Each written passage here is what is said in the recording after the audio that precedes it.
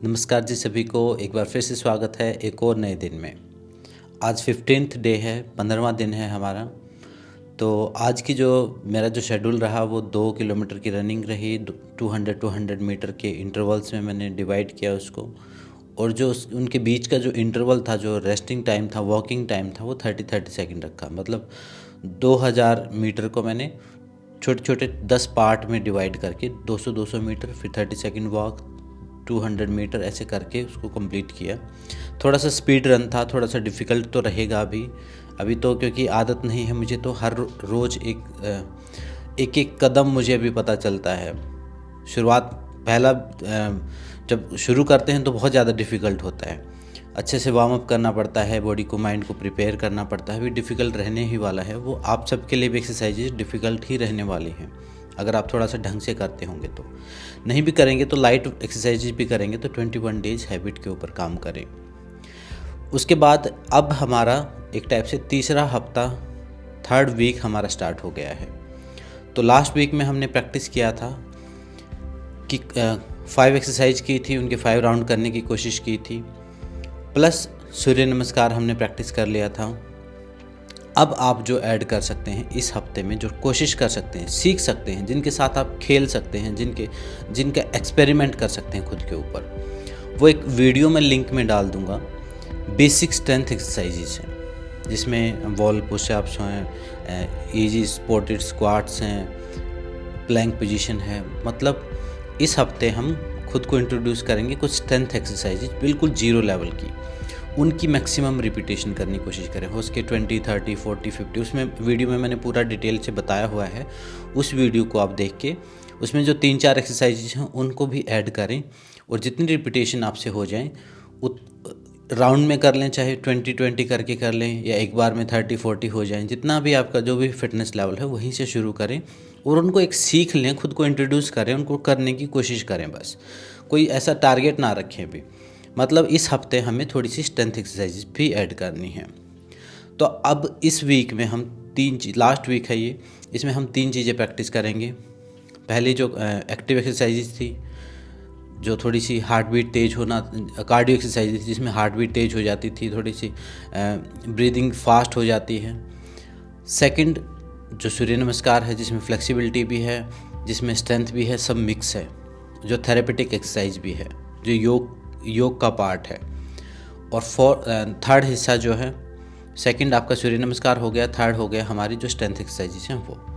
इन 3 part में अपनी practice को डिवाइड कर लें, चाहे वो आप 10-10 मिनट के करके करें, चाहे 5-7 मिनट में, अपने हिसाब से आप डिवाइड कर लें। जो भी आपको अच्छा लगे उसको ज़्यादा करें, जो थोड़ा मुश्किल लगता है उसको थोड़ा कम कर लें। अपने हिसाब से आप उसको डिवाइड कर लें।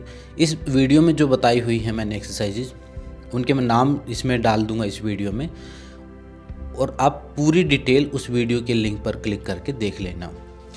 डिस्क्रिप्शन में लिंक डाल दूंगा, और जहां जो ये वीडियो है इसमें भी उसके लिंक को मैं ऊपर डाल दूंगा। वहां से आप क्लिक करके उस वीडियो के ऊपर जा सकते हैं, उस वीडियो को देख लेना। तो 3 पार्ट में डिवाइड करना, और इस हफ्ते तीनों चीज़ों के ऊपर काम करना। योगिक मेथड भी अप्लाई करना, कार्डियो एक्टिव मेथड भी अप्लाई करना, डायनेमिक मेथड, और स्ट्रेंथ एक्सरसाइजेज भी, बेसिक स्ट्रेंथ एक्सरसाइजेज भी प्रैक्टिस करना।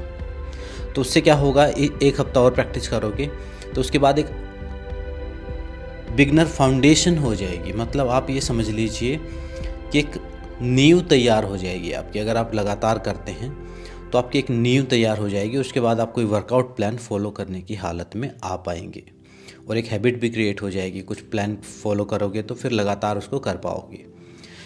तो इतना ही था। बाकी आज का एक्सपीरियंस ये है कि बहुत चीज़ें, हमें कोई नई चीज़ करते हैं तो बहुत चीज़ें समझने की ज़रूरत होती है।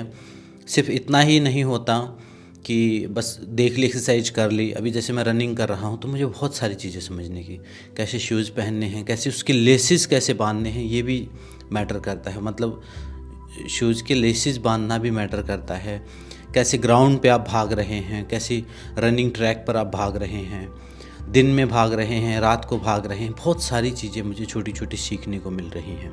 लेकिन रनिंग सिखाना मेरा यहाँ पे उद्देश्य नहीं है। मेरा उद्देश्य है आपके हैबिट क्रिएट करना, फिजिकल एक्टिविटी की। ये उद्देश्य है मेरा। रनिंग तो वो मैं खुद के लिए कर रहा हूँ। मुझे उसमें बहुत सारी चीज़ें सीखने को मिल रही हैं। कैसे ट्रैक है, दिन में भागना है, सुबह भागना है, खाने के बाद अगर जल्दी भागते हैं तो क्या इफ़ेक्ट होता है, खाली पेट भागते हैं तो क्या इफ़ेक्ट होता है। बहुत सारी चीज़ें सीखने को मिल रही हैं। ऐसे ऐसी मसल्स का पता चल रहा है जो कभी यूज नहीं हुई, कभी उपयोग नहीं हुई। ऐसे ऐसे दर्द हो रहे हैं जो कभी नहीं हुए। तो कोई नई चीज़ करते हैं तो एक नया शरीर के लिए एक नई एक्टिविटी है वो, तो उसको अडोप्ट करने में टाइम लगता है, उसकी कंडीशनिंग करनी पड़ती है। अभी मुझे लगता है जैसे कि रनिंग के लिए मुझे बॉडी को प्रिपेयर करना पड़ेगा, कुछ कंडीशनिंग एक्सरसाइजेज और ऐड करनी पड़ेंगी, वो मैं अपने हिसाब से ऐड करता रहूँगा। आप इन 3 चीज़ों को प्रैक्टिस करें, कार्डियो, सूर्य नमस्कार प्लस बेसिक स्ट्रेंथ एक्सरसाइजेज। तो आज की वीडियो में इतना ही था। इनको लगातार प्रैक्टिस करें। कोई डाउट हो तो आप कमेंट में पूछ सकते हैं। कमेंट में पूछेंगे तो ठीक रहेगा। आप मेरे नंबर पर व्हाट्सएप करते हैं या कॉल करते हैं तो कॉल मैं पिक नहीं कर पाता दिन में, तो आप मैसेज करके छोड़ सकते हैं। जब मुझे टाइम होगा तो मैं उसको रिप्लाई आपको चाहे व्हाट्सएप पे करूँ चाहे कमेंट में करूँ तो उसको मैं रिप्लाई ज़रूर करूँगा। तो आज की वीडियो में इतना ही था। मिलते हैं नेक्स्ट वीडियो में कल के दिन में। 5-6 दिन बाकी हैं बस टोटल 21 डेज में। उसके बाद फिर थोड़ा डाइट को, आहार को ठीक करना शुरू करेंगे, ऐसे स्टेप बाय स्टेप उसके भी स्टेप सीखेंगे। ये वीडियो जितने भी मैं बना रहा हूँ, ये मुझे पता है अभी बहुत ज़्यादा लोग नहीं फॉलो कर रहे होंगे, बहुत कम लोग फॉलो कर रहे होंगे, उनमें से भी कुछ लोग सुन रहे होंगे। सिर्फ ये अभी मैं बना रहा हूँ, कभी किसी को ज़रूरत होगी तो वो देखेगा, उसके जीवन में परिवर्तन हो जाएगा। किसी एक इंसान के जीवन में भी अगर थोड़ा सा परिवर्तन हो जाता है तो मेरा वीडियो बनाना सक्सेसफुल रहेगा, मैं उसको सफल मानूंगा। लेकिन धीरे धीरे समय के हिसाब से लोगों में जागरूकता आती जाएगी, चेतना की अवस्था धीरे धीरे बढ़ती जाएगी, खुलता जाएगा, दिमाग समझ में आती जाएगी। कई बार दिमाग खोलने के लिए डॉक्टर की रिपोर्ट की भी ज़रूरत होती है, हमें किसी के सजेशन की भी ज़रूरत होती है, कहीं दर्द की, बीमारी की भी ज़रूरत होती है, तो वो भी हमें पुश करने का काम करती है। जो समझदार लोग होते हैं वो दूसरों के अनुभव से सीख लेते हैं। जो बुद्धिमान लोग होते हैं, जो नॉर्मल एवरेज इंटेलिजेंस के लोग हैं, वो अपने अनुभव से सीखते हैं। मतलब पहले खुद चोट खाएंगे फिर वो समझेंगे। और जो हाई इंटेलिजेंस के हैं वो दूसरों को देख के ही समझ जाते हैं और खुद के ऊपर काम करना शुरू कर देते हैं।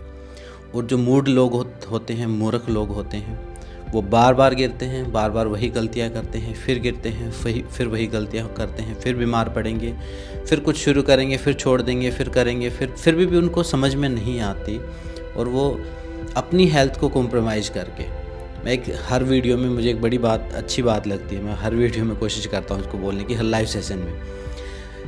हम अपनी हेल्थ को कॉम्प्रोमाइज़ करके लाखों रुपये कमाते हैं अपनी पूरी ज़िंदगी में। फिर जब हेल्थ ख़राब होती है, उन लाखों रुपए हमने कमाए थे, वो जो सारा पैसा जो हमने कमाया था, कुछ ही दिनों में पूरा डॉक्टर के पास झोंक देते हैं हम। एक बार कोई किडनी फेलियर हो गया, कोई लीवर में कोई प्रॉब्लम हो गई, कोई बड़ा ऑपरेशन हो गया, सारा पैसा आपका, जितनी आपने हेल्थ से जितने सेक्रीफाइसेस किए थे, सारे ख़राब चले जाएंगे 1 मिनट में।